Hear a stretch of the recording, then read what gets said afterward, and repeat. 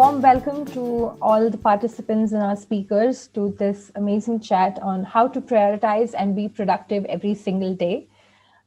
It's an afternoon, and thank you so much for making the time to be a part of this session. And it gives me great joy to introduce our speakers of today's session. We have two exceptional women.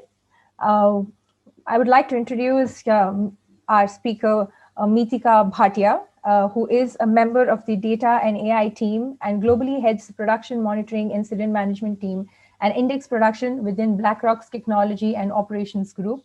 She joined the firm in May of 2019 and is based in Gurgaon, India, and is responsible for day-to-day operations of her team. Prior to joining BlackRock, Meetika spent over 11 years with the Royal Bank of Scotland as a director. During her tenure with RBS, Meetika's responsibilities spanned from delivering strategic front to back programs for meeting the organization's regulatory requirements. A warm welcome, Meetika. We are so happy that you're here with us today. We also have with us our second speaker, that is Manisha Sukhija. She leads the platform engineering team within BlackRock's Aladdin product group in India. The platform engineering team architects and builds the fabric that underpins Aladdin, an operating system for investment managers that seeks to connect the information, people, and technology needed to manage money in real time. She is an IT software professional with 20 plus years of career experience, reflecting strong leadership skills with program management, delivery management, and software solution design and development expertise in the financial services domain.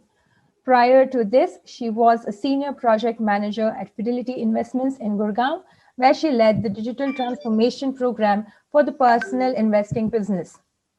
On a personal front, and this is also a favorite for me when I read this, Manisha is married and settled in Delhi. She has a 14-year-old son who is currently in grade 9. Firstly, warm welcome to Meetika and Manisha. Yeah, I know that we are all in this work from home setup, and when you have a huge company to run and kids at the same time, like 14, a teenager, I mean, that's a lot. So over to you. All these people here today are here because they want to hear you, they want to hear your experiences and how do you prioritize and manage to be productive every single day with everything that's happening in your life. Sure. Thank you so very much for the introduction. And Manisha, do you want to go first, introducing yourself a bit more, talking about your career journey? Or are you good for Sure. me to go? Yeah, go. Either which way. Okay. I'll go in that case, Meetika. Thanks, Marisa. Good afternoon, everyone. And I think what I heard made me sound exemplary, but to be honest, I am as human as all of us are. I've struggled and in my career, in my managing personal life, professional life. So I've been through all of it as well. So one fact that a lot of people, find very surprising is I was, in a government organization for around 7 years. And after that, when my son was just 6 months old, I chose to change jobs and I moved to a private MNC. A lot of people, found it strange. I heard a lot of negative views, but my family and also my husband stood by my decision. Now, what drove my transition was primarily the fact that I wanted a feeling of self-worth as well as, monetary security. These were the two driving factors at that point in my life. Now, having said that, when I made this transition, I think the few things that kept me afloat was learning to make a task list. I think that was extremely important and extremely helpful. And when I woke up, in my mental mind, I had a list of things that I needed to do before I left for office. On my commute to office, I would think about what I need to get completed by the end of this day. And on reaching office in the afternoon, I would do a quick assessment of what all is to be prioritized for the rest half of the day. and roughly by when I should be able to get through. So all I meant was, planning and prioritizing is something that kept me afloat, through those tough times.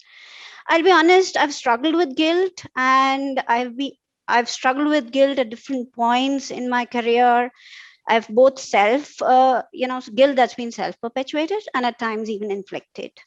Many times, when things wouldn't run the perfect way, I would end up feeling like, should I quit? Am I not being a good mother? Am I really not being a good daughter, a good wife?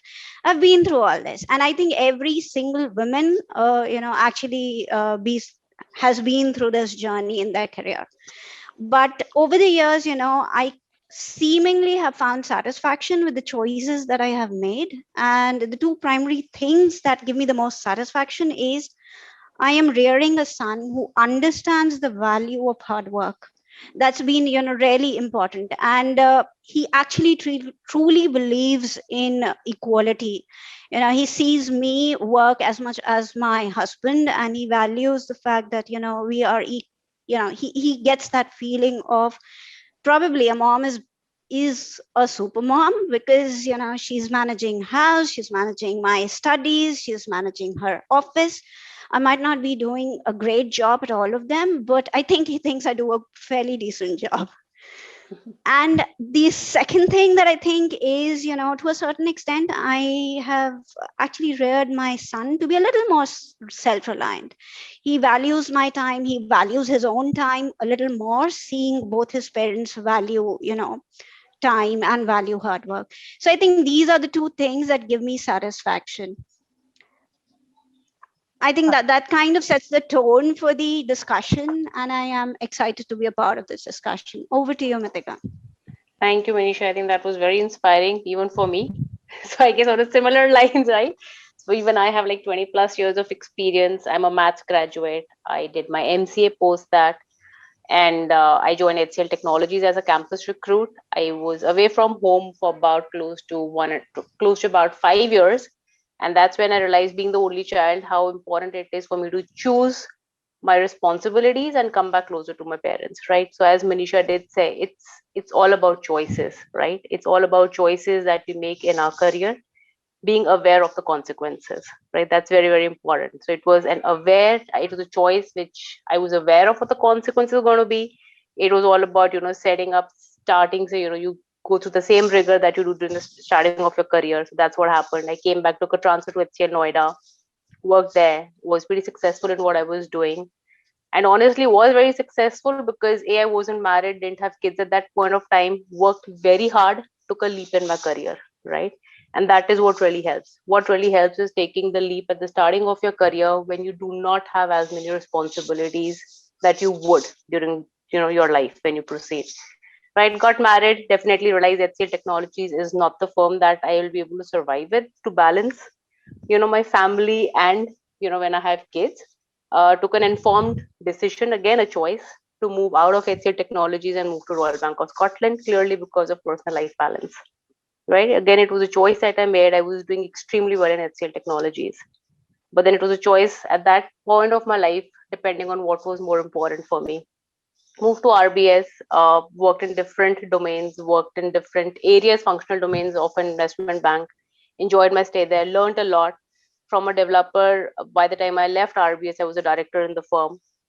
Enjoyed my journey there, really respect them for whatever they gave me, but then thought that, hey, 11 years is enough, let's move on, right? So again, it was a choice, came to BlackRock. And of course, in the meantime, I got married, and then I have two daughters. One is 12 and the other is 7. So they are, my stress buster. And as Manisha said, that because they see us work so hard and manage the home, etc. So yeah, my elder one does think that I probably am a superwoman, whereas my younger thinks that I'm mean, I don't have time for her. And I'm hoping that view of her changes very soon as she grows up, right? I mean, that's the only thing. But again, yeah, I mean, so as Manisha said, coming back to the topic again, how do you prioritize your task during this time, right? This will be a situation you will always have. You will always struggle with prioritizing your task, right? And there'll be tasks. As Manisha said, I do exactly the same thing, right? I'm not as good at remembering things as Manisha is probably, so I need to write it down. So I have a notebook where I need to write on each and every task. And the moment I accomplish anything, I cross it out so hard that I feel so happy about it. Yeah, just to take or cross, when you cross a particular task, will give you such an achievement, but it does help. Yeah, I'm aware of the tasks that are very critical. I'm aware of the tasks that are critical and give me high on energy when I do them. They're critical tasks which do not give me the energy then when I have to do them, right? But they're critical and still need to be done. So it's just identifying what are the critical tasks that you enjoy doing. You'll be able to kill off very easily. There'll be critical tasks that you do not enjoy doing, and you will keep on pushing yourself of not doing them. But you know what? They're critical. You gotta do them. So do them fast. There'll be non-critical tasks that you enjoy doing, and you will love to do them before the critical ones. Avoid that, right? Do the non-critical ones later.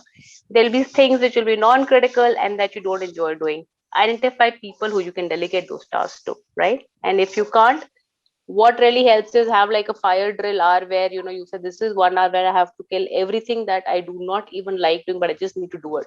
Period. And that's it. You have to set in that discipline. Yeah. So that was me. Marisa, back to you. Thank you so much. I mean, both of you have such exceptional and inspiring journeys and stories. I mean, if we hadn't had this expert chat, I don't think we would know the story, the person behind, the label, the director of BlackRock. That this is something really exciting and quite inspiring, I must say. So in the course of the promotion for this expert session, we've received queries, like questions from a lot of people, some of whom are already, I think, present for this chat. And I made a note of some questions that I felt that maybe, would be apt and a lot of people would benefit from knowing the answers for it. So first question is to you, Meetika. How do you prioritize your task? You've already said it, but if you could just in quick 2 points, say it again for people who just joined in now. Sure, sure. So I mean, like I said, it's very simple. It's a task list that I have. I have a notepad which I live and breathe with. I keep on writing my task 1 to 10. Anything that I feel is important, I make a star. At time when I feel the task list is going too long and too boring to look at it, I cross out the entire thing, start with a fresh date, and put it again. And it's again identifying your critical and must-do tasks, right? So those are the things that I pick up first. Identify the tasks that I can delegate. There are tasks for which people will depend on me are extremely important for me to cross, right? Because I don't want the ball in my court ever. It's always, getting the work done and giving it back to people so that people are not waiting on me for any kind of sort of data or any sort of task to be completed before they proceed. Right. And it's again, so it's just keep on crossing whatever you're doing and keep on adding tasks. Even things like, if you need to reply to an email, if you're very smart in managing in some other way, do it. But even make a note of those things, because by the end of the day, what will happen is, oh shit, I was supposed to send that email. What happened? And then you'll hit a panic button. If you have it in front of you, you will not panic. But yeah, prioritize. And in that task, please do not only put in a professional task, put in a personal task also, because that's what I do. It's important. Okay. And Yeah. I think all of us here will agree the joy you get when you strike out a task that Oh is yeah. done. Oh yeah. And I strike it like so that nobody can even see what the task was. Right. I enjoy crossing it so much. Yeah. Right. The next question is for you, Manisha. I am a perfectionist, and at times it is a bummer because I can't seem to move on to the next task. How do you think I should go about this? Right. Perfectionism, I think, is a quirky personality trait. Perfectionists know that achieving perfection is impossible. I mean, you could find a fault in perhaps the best of the things. Can I find a fault in Taj Mahal? Maybe I can. I'm not that big a critic, but I'm sure people could find a fault there.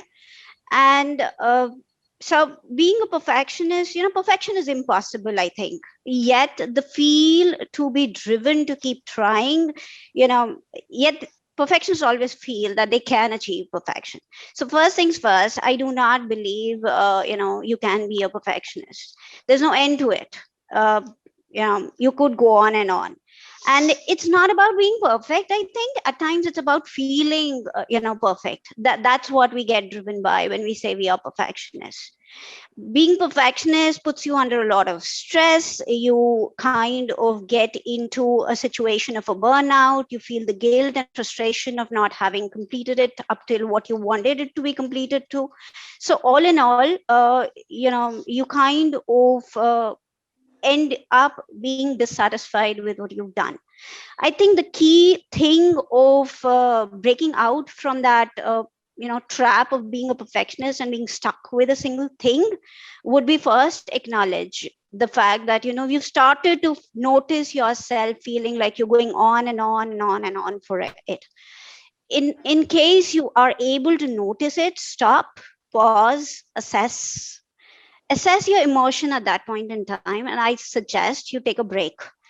And when I say break, that's a coping mechanism to give yourself some time away from, that mentality of being a perfectionist. Call someone or just go out for a 5 minutes of walk. It will give you that space to reevaluate whether you really want to spend more time on this job any longer or not. I think this is something that can be achieved with practice and with experimentation. You need to find your way of coping up. That's a coping mechanism for breaking out of that trap. That's number one. Second thing, you really need to assess, at the back of your mind, you need to assess what's actually fueling your urge to continue to be perfection. Is it a fear of failure? Is it a it's generally a fear, I think. So you need to really assess that. I think when I talked about taking a break, you should do a cost benefit analysis at that point. What is the lost opportunity cost that you're paying for continuing on that piece of work? And as Mitika said, keep a timer at times. If you're such a big perfectionist, you just can't move off to the next task. Reassess, put in a timer. And when I say put in a timer, I think you need to set a timer, put it on your mobile, put it on your laptop, put in a timer. And when the timer rings off, reassess. As I said, stop and reassess. In most of the times, you'll feel like you've done a good enough job. And trust me, good enough is generally good enough. Stop, as I said at that point. Believe that good enough is good enough. Adjust your standards if you need to, and learn to move on. There's no hard and fast rule, as I would say, but a stop and a pause will probably give you that breather to think it through and move on. Right. I think fear does play a major role. I think we are somewhere deep down governed by fear, and we have a fear of all kinds at times, right? Yeah. The next question is to you, Mitika. This one's, how do I set realistic goals and make effective use of my time while managing home, kids, personal and professional responsibilities? Right. Thanks for the question. I think it's a great question, right? Ties back again to a lot that we've been talking about, right? Right. It's all about prioritization, right? Understanding what is critical for you. And when you see 10, and then the thing is, don't get into this mad race saying, hey, you know what, there's another woman who's working, but still she's been able to do so much, whereas I'm not able to do it. It's okay. We are not all same. Is don't kill yourself by comparing yourself with 10,000 people. Target on the 20% inputs that will give you the 80% output. That is the best thing to do. Focus on your strengths, right? You really need to focus on what you're good at. Stop concentrating on things that you are not so good at. Of course, there's always area of improvement, but I think invest more in what you're good at and make yourself stronger over there. So say there's family around you, right? So make your kids more independent, right? As Manisha said, her son is 14 and pretty independent. I have my 12-year-old, touchwood, is very independent, right? She sees me managing my day. So what I help her do is just plan tasks for her, right? I don't tell her, right, today you have to study science and this is, we'll sit and study science together. No, it's all about, you have to study science and this is the chapter that you need to do. And this is the time that is there. And take time out for yourself, right? It's very important. It is extremely important where you need that my time. Go out for walk, do gardening, do cooking, do whatever that makes you feel happy, but it's your time, your zone. wake up 30 minutes earlier if you need to, right? But it really will add a lot of value. At the end of the day, what really helps me is count my blessings, right? By the end of the day, just sit down and think, hey, what all you've been able to achieve throughout the day.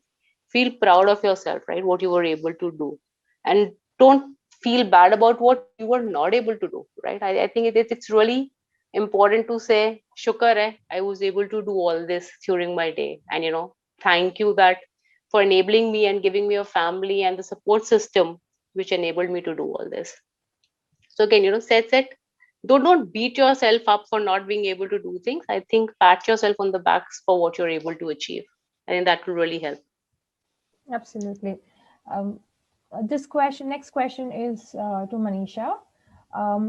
This is, I think I even like this question because this somewhere ties up 2020 as well. We are still learning ways to go about the changes that the pandemic has presented before us. Could you give us some tips on how to embrace these changes and continue to be productive despite whatever the future holds for us? Yeah, so all of us have been on a newly adapting to the new things that the year brought us. It's been a complete nerve-wracking year, if I was to say so. It's created emotional havoc, it's created stressful times, but all of us have somehow learned to adapt. So work from home, when it came in, it brought with it own set of challenges. The initial challenges when the lockdown was announced was you did not have house help, you had your schools were brought back to home, your work was brought back to home, so everything was doing everything at home and somehow managing it. A lot of people did not have office setups, so they kind of adapted, built their office setups over a period of time. I myself remember having just one internet connection. I ended up two internet connections now, just so that both me and my husband could work in the same place, and so my son could continue his schooling. So we've over a period of time adapted. But what I also see is the urge to overachieve. All the social media, all the everything. When I look at Facebook, I've learned cooking, and this is how great a baker I have become. So there's a sense of we could accomplish more, but just because we've kind of gotten over the commute time, I now have time, so I should overachieve. That's a tendency that social media tends to give us. The urge to overachieve in a time of global crisis is a reflection of work should continue all the time culture. The idea that we've always got to be self-improving, or we've always going to be working so that there's a profit to be made somewhere, is again a hustle culture that we've gotten our mindsets into. So my suggestion there is give yourself enough grace, set realistic expectation. To the earlier point, don't over expect, don't try to overachieve. The second is with your realistic expectations, share your expectations with your managers and have a clear understanding of what your deliverables and deadlines are. And this holds from an office perspective, but this also holds from your kids perspective. If you've got kids whose homework needs to be managed and there are deadlines set, make sure you're aware of those deadlines and you plot them in. The second thing is make a realistic schedule. You know how your body is, when you are at your best, whether you're a morning person or you're evening person. If you're a morning person, achieve the most important task. To Meetika's point, the 20% of the task in the morning hours. If you're a night person, try to focus on that 20%, which results in 80% productivity at night. So make your schedule basis what you would want it to be to a certain extent. To Meetika's point again earlier, plot your personal tasks in. For example, create your meal plans. I remember in the first month of lockdown, I spent hour and a half, if I was actually honest, trying to guess what's going to be made for breakfast, what's going to be made for lunch, and what's going to be made for dinner. At the end of the first week, I realized I needed a meal plan. And I actually took a piece of paper and jotted down what the meal plan is going to look like. What's going to be there for breakfast, lunch, and dinner rather than spending 30 minutes trying to figure that out. And I stuck it with a fridge magnet on my fridge. It gave me 1 hour of my time back. Trust me, you don't realize how much you end up, discussing, debating over meal plans and thinking and rethinking. So, factor your personal jobs in, factor your personal chores in, find the switch off point. That is important. You need to establish boundaries. I know, my work spills into house and house spills into work at this point, and most of us feel the same.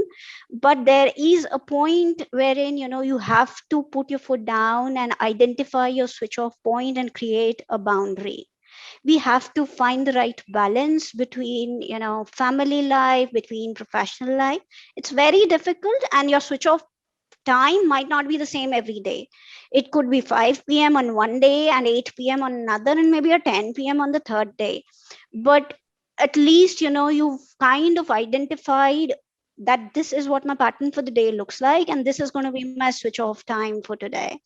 Don't go on and on, otherwise you will end up burning yourself, and you will keep slipping on your tasks. Multitasking, honestly, multitasking is counterproductive. It is a myth. Nobody can multitask. All you end up doing is go back and forth between tasks. You've got too many things at hand. You go from one to the other and back to the first one or the third one and actually achieve nothing. So focus, prioritize, be clear in communication at what the expectation are, focus on the job at hand, stop multitasking, and find how to create the boundary between, work and family. That's important. Right. At this point, I would like to take a question that's come from the participants. Ujwala is asking, she wants to know, what do you do when on certain rare occasions you finish your tasks before time? Do you take additional work or take the rest of the time to analyze and see how the day went? Yeah. Pat yourself on the back, get a coffee, get a nice cup of chai, give yourself 10 minutes, Relax. relax, enjoy it. You earned it, right? And then, yes, of course, I would not say let's, so if you've gained like about a couple of hours, if you've been able to finish your task, then you pick up task. I mean, why don't you invest in yourself, right? Invest in yourself, study something, see what is that you can do for yourself, right? And pick up tasks which are critical. But then again, just don't keep on taking tasks that somebody is delegating their work to you, right? As women, I think we just need to be very smart to ensure that the things that we pick up are really adding value for us and getting us the right visibility that we need, right? Just don't be like a smart person because you're doing work, so people keep on dumping work on you and you happily keep on doing somebody else's work. So don't fall into that trap. I would suggest invest in yourself and then pick up things which adds a lot of visibility for you. That's Yeah, my two just to cents. add Yeah. on. Yeah, exactly. I completely agree with Mitika on everything that she said. I believe if you found your breather space, you've actually accomplished and you've earned your breather space. Don't fill it with tasks. Just breathe. Learn to just breathe at times. You are the pivot of your family. So as I said, your family revolves around you. Your office work for you revolves around you. So, investing in yourself, keeping yourself emotionally, physically fit is critical for that pivot to continue to be a pivot. So, invest in yourself, you know, and just breathe at times. It's okay. Right. Arshi would like to know, so what happens to the task which you could not accomplish in the time frame you've set for yourself? How would you organize yourself after that? Would you drop those ones out and venture into new ones, or the other way around? So it I Yeah. go for Go on, Manisha. Medika. So again, it all depends upon, right? So if you don't finish some task on a particular day, it's not that new tasks will not get added, right? So you will have those pending tasks plus next day tasks that have got added to your list, right? So as I said, have a fire drill hour, right? You will have to finish them up, and most probably there'll be the tasks, which maybe are not critical and something that you don't enjoy doing, but honestly, you got to get them done. So either you delegate it to someone or set a time where you do it. And if they've been in your task list for say more than a month now, cut it off. You're never not going to do it then, and it means Right. they're not critical. Yeah. Manisha, would you like to add something to it? Yeah, I think, whether you want to drop it or whether you want to continue on it is something that will depend on the criticality and the, criticality or the urgency of getting it done. If it's an urgent enough task, probably you can give yourself a little more time and, kind of, to Meetika's point, do a fire drill around that task. Or, if it is a low priority task, maybe it's time to drop it at this point, add it to your next list again, re-add to your Yeah. list at a later point in time. I can give an example, right? So I had Azure Cloud Basics training as my task list, right? The certification. So I done the training. I just had to do the certification. It was in my task list for more than a month. I did nothing about it other than just copy it for the next, when I was making the next task list. And I realized, what? Doesn't look like I'm going to get through it. There's no point feeling guilty about it every time I look at it. I just cut it out. And, when I feel the requirement is there, when I really have cloud Azure certification that is required to do a job, I think I'll get it done. So I just cut it out in my task list now. It doesn't sit. Wow. Okay. Yeah. This is something I think some of us here might resonate. I know I do, because I always have one task that's there, carried forward, carried forward, carried forward. Cut it Move out. on. give your mind some space to pick up something that probably Absolutely. you're not. Yeah. Absolutely. Absolutely. Manisha, this question is for you. Now, since it's work from home, I'm not sure if my productivity has increased. How do I measure my productivity? It's a tricky question. How do you measure productivity is really, really tricky. And we're not talking about, we're talking about personal productivity. Measuring personal productivity is a bit of a difficult task. But anyway, we've all talked about task lists. I think one of the simplest ways to measure your productivity is review your past task lists or schedules and check how many were you able to accomplish. How many of those did you tick out or cross out? That will give you a sense of, how much have you achieved over the period of time. Now, track your time and adjust your schedules or habits to suit your body rhythm, as I said. So that is one of the key things that you might be able to take from it. I think you need to assess your productivity not just in terms of numbers as to how many tasks you were able to tick off. I think what is important as well is to measure them qualitatively. It's not just the number, it is how much of value add that those tasks provided. So that is important as well. I think one question that you can think at the back of your mind is, if someone were to have followed you the entire day today, what would they have seen as your priorities, and have you been able to achieve those priorities? So, and how much of your energy did you waste on productivity sinks, if I may say so? How much time did you actually end up just web browsing, or just watching a TV, or just looking up social media? So identify your productivity sinks. We don't realize it most of the times, but once we get our hands on it, on a phone, we spend a lot of time just browsing, looking things through. It gives us satisfaction. If that's not your productivity sink, great, but most of us feel that we end up doing that.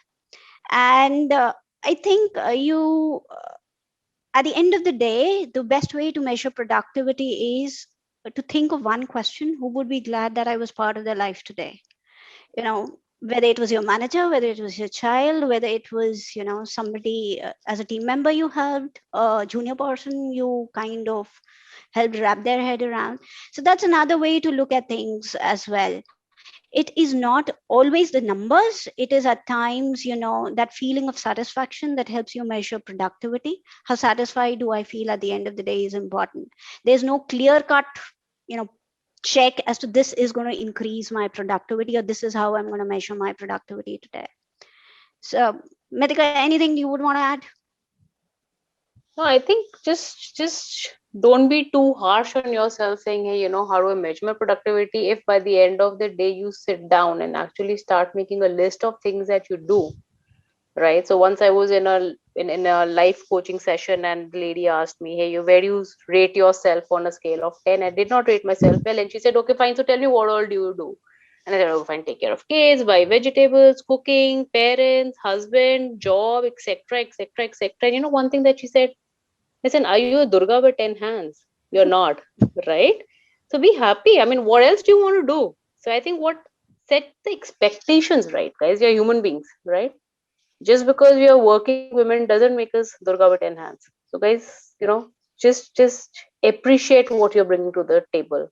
Be confident about what you're bringing to your table. Have your content right. Do your homework well.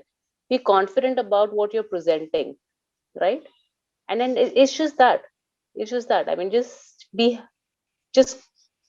identify, again and again. I'm saying identify what all you're doing and not what you're not able to do. And once you start doing that, you will be pleasantly surprised to see what all you do, right? So by the end of the day, at times when I'm making that list, I'm like, अरे वाह यार, मैं तो superstar बन गई आज. Even if there's one extra thing that I was able to do, right? Even calling your mother-in-law and saying hi to her is a task. You're doing it, right? It's out of respect that you're doing it. Count it. It really does add value, yeah. True, absolutely. The last two questions that are there, I want to club it together and ask, because I feel they are on the same lines. Work boundaries have become blurry, and there is always a spillover with work, and it sometimes messes the rest of your day, right? So how do you deal with this? And do you think it's a good practice to set real work hours? I feel these two questions somewhere are interconnected. So both of you are free to take this up and answer part of the Sure, question or as a whole. sure. And I guess when we're saying, work boundaries have become blurry, and I'm assuming it's because we're saying it's because of pandemic, right? And if that is true, guys, it's not going to stay forever, right? It's going to get okay. It's been there for a long time, and you're not the only one. It's been like that for everyone, right? When you're saying, when I say I'm at home and I'm distracted, well, everybody is, even I am, right? You need to set rules for yourself and everyone around you. Identify your workspace, respect it. If you respected, people around you will respect it. When I'm in, my study room working, doing my work, my kids know they cannot come in and say whatever they want to, because then I'm working, right? So you have to really set that boundary for yourself. And the whole thing is getting disciplined within yourself first. Take breaks in between, right? We would take breaks when you were in office, right? When you would go, you would take, a morning coffee break, we would take a lunch break, we would take a evening chai break.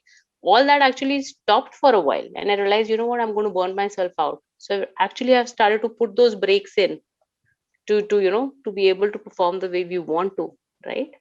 And again, it's again, just about discipline. And yes, I do agree, it's the works, no, there are no well defined time now to working hours.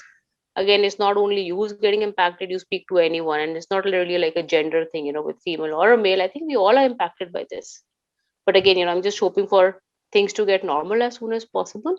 And hopefully it's not there, but then you need to go put your foot down and say, what, this doesn't work for me. I can give you a today morning example. I was in a meeting at 8:30 in the morning, which got over at 9, and then a managing director from US said, hey, you want to catch up, can we do it now? I said, no, I can't. I need to give breakfast to my daughters, and then there's an event that I'm attending. So it was this one, and I really want to just put my thoughts around that, so I can't. We'll do it your early morning, maybe late in the day. Yeah, I think Manisha, just, your thoughts? Yeah. yeah, just adding to the point, and another example. I mean, working with US is a bit of a pain, to be honest.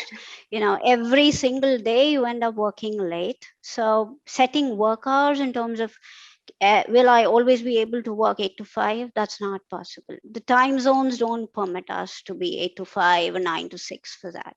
So it needs maturity, it needs flexibility, and it needs trust.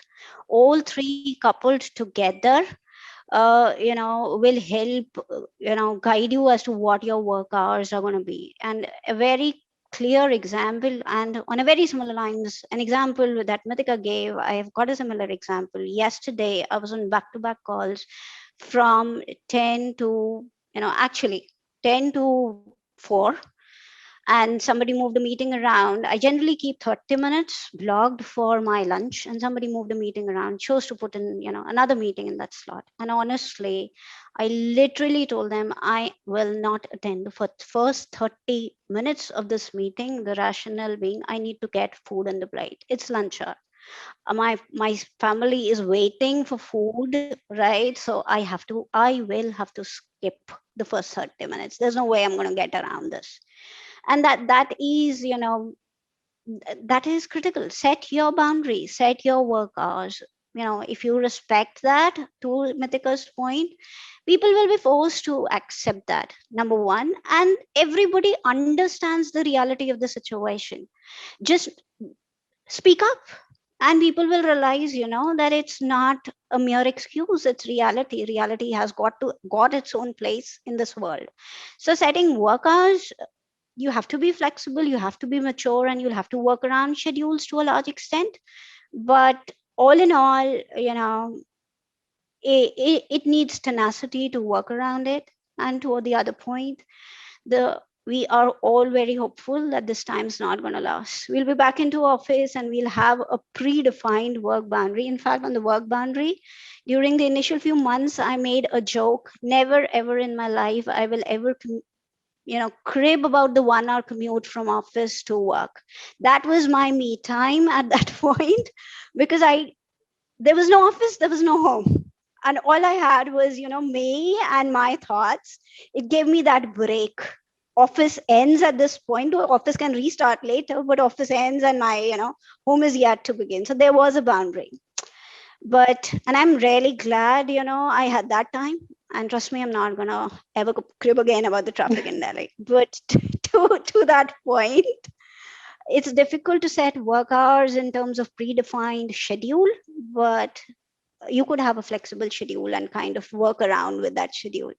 The other example that I have is, something that I gave to one of my, reportees yesterday, was the same problem. I am on late hours every single day till 8 till 9, and my answer was pick and choose your days.